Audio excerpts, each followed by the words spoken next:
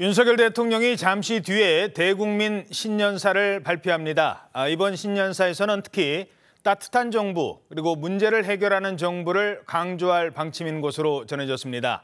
민생과 경제를 국정 운영의 최우선 순위로 두고 앞으로 민심을 더욱 챙기겠다, 이런 메시지가 나올 것으로 풀이가 되고 있습니다. 보통 기자들과 질의응답이 진행되곤 했는데 오늘은 특별한 질의응답은 없고 신년 회견 등의 방안도 따로 기자들과는 검토하고 있는 것으로 알려지고 있습니다.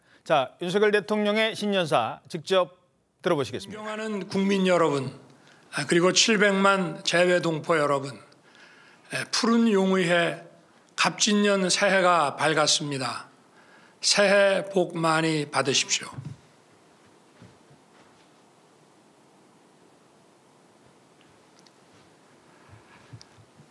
(2024년) 새해 국민 여러분께서는 어떤 소망을 품고 첫 아침을 맞으셨습니까?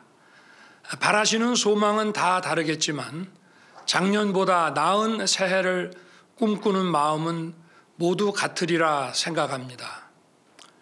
저와 정부도 다르지 않습니다. 새해에 우리 국민 모두의 삶이 더 나아지고 대한민국이 다시 도약할 수 있도록 온 힘을 다해 뛸 것입니다.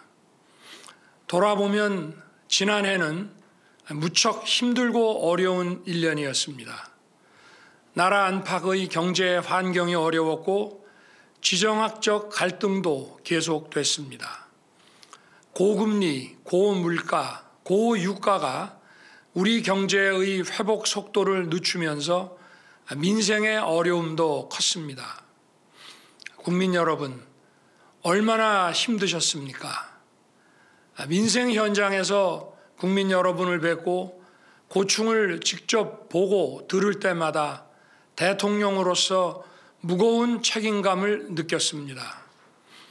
민생을 보살피고 경제를 살리기 위해 할 수 있는 최선을 다했지만 늘 부족하고 송구스러운 마음이었습니다.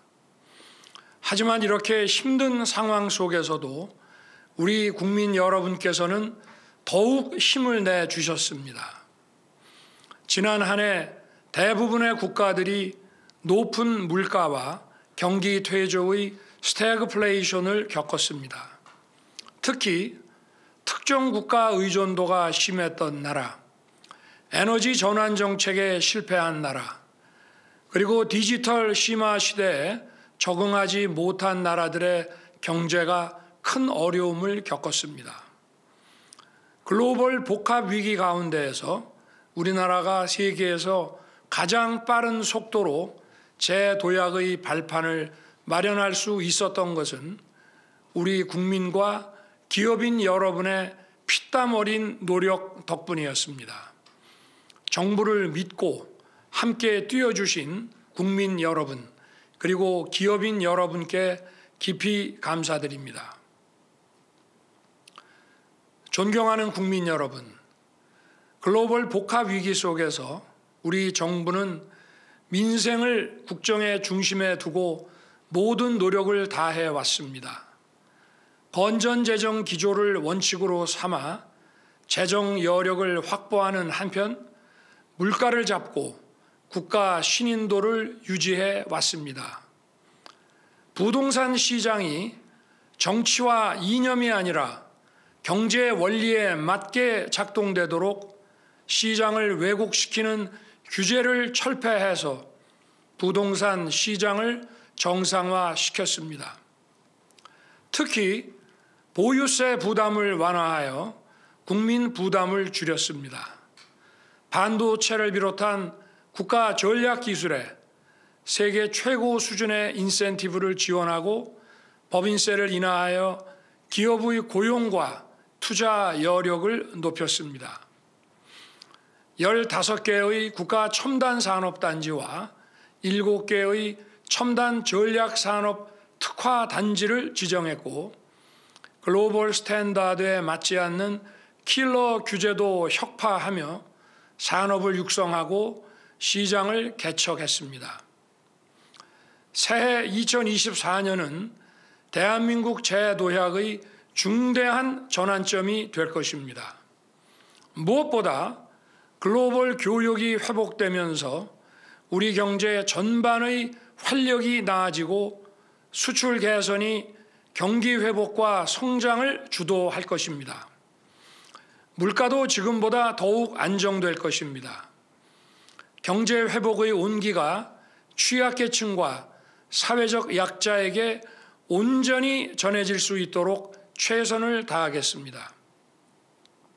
특히 소상공인과 자영업자들의 금융 부담을 낮추기 위해 정부와 금융권이 힘을 모아 지원할 것입니다.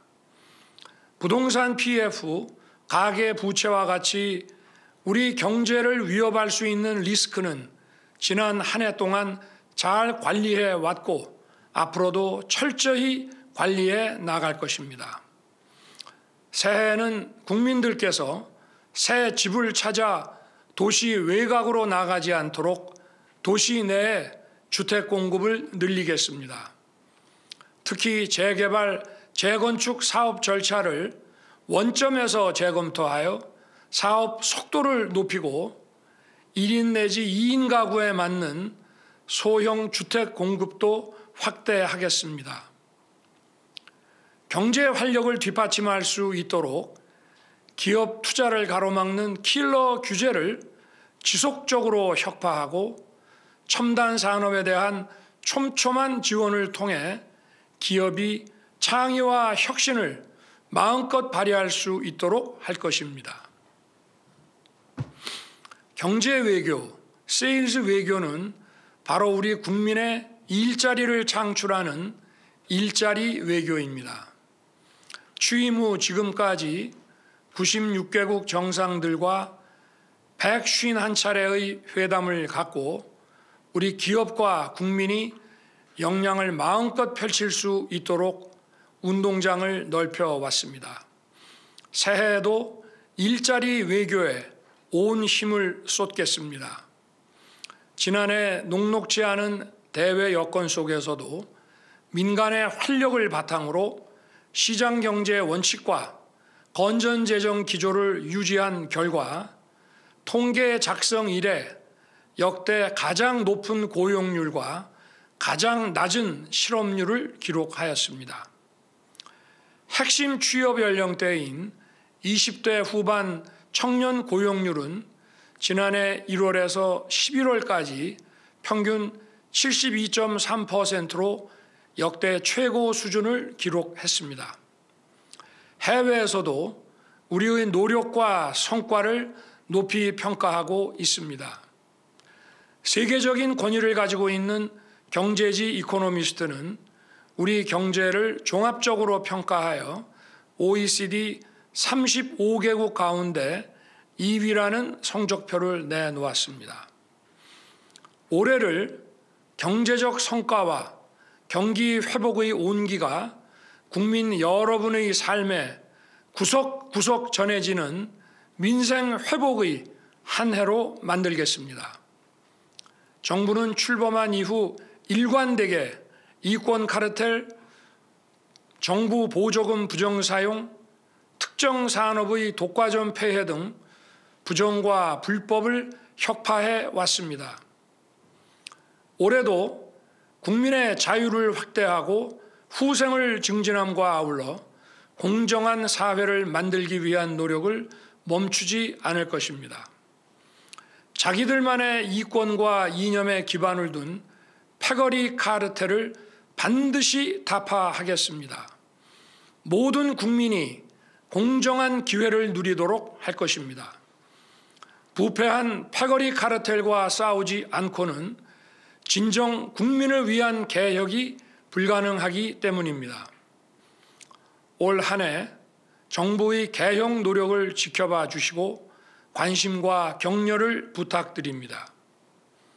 사랑하는 국민 여러분, 경제가 지속적으로 성장하기 위해서는 구조적인 잠재 역량을 키워야 합니다. 특히 저출산으로 잠재 역량이 계속 하락하는 상황에서 구조개혁을 통해 사회 전반의 생산성을 높여야만 민생도 살아나고 경제도 지속적으로 성장할 수 있습니다. 노동, 교육, 연금의 3대 구조 개혁을 흔들림 없이 추진해야 합니다. 먼저 노동 개혁을 통해 성장과 일자리 창출을 뒷받침하겠습니다. 노동 개혁의 출발은 노사 법치입니다.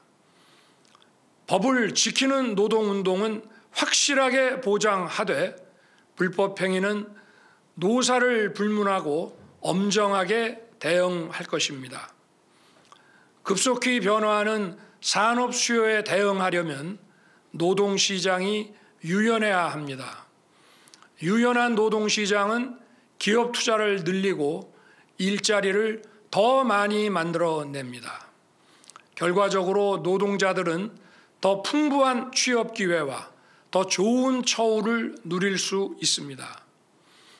연공 서열이 아닌 직무 내용과 성과를 중심으로 임금 체계를 변화시키고 노동시장 이중 구조를 개선하겠습니다. 유연근무, 재택근무, 하이브리드 근무 등 다양한 근무 형태를 노사 간 합의로 선택할 수 있도록 하겠습니다.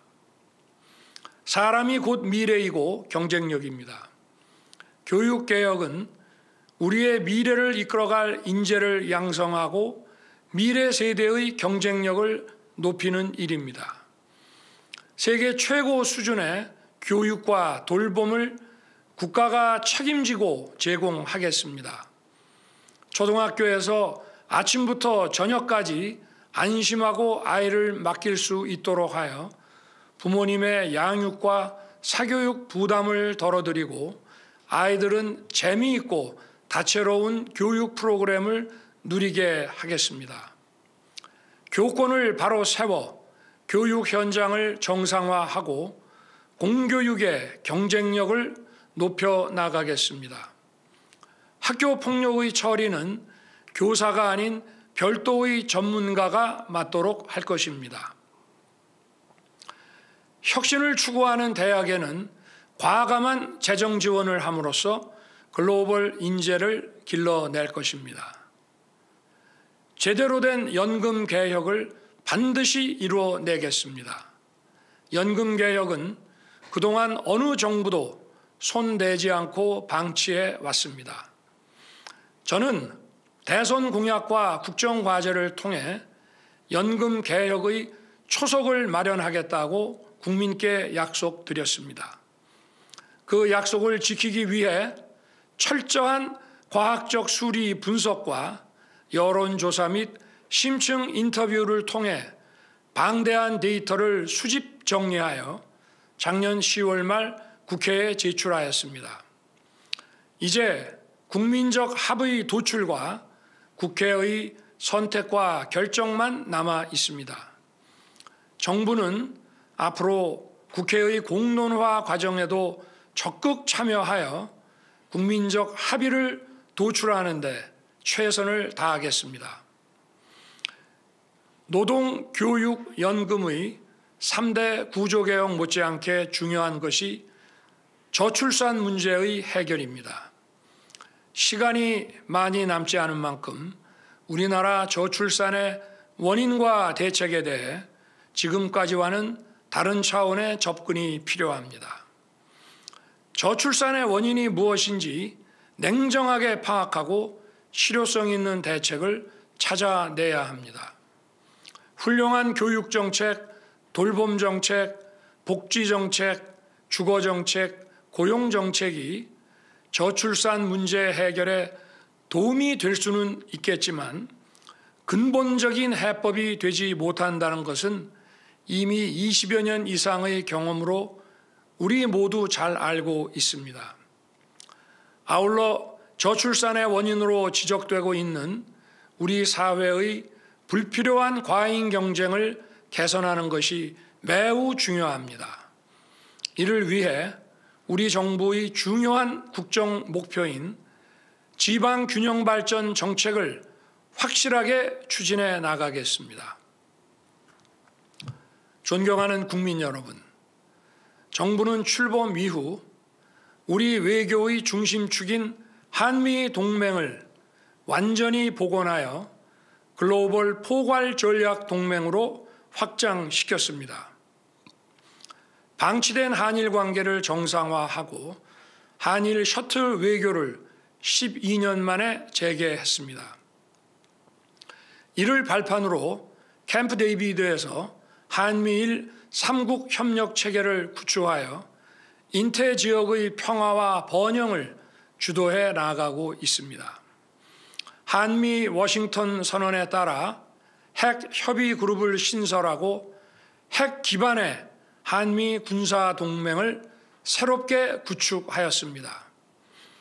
대한민국은 상대의 선의에 의존하는 굴종적 평화가 아닌 힘에 의한 진정하고 항구적인 평화를 확고히 구축해 나아가고 있습니다.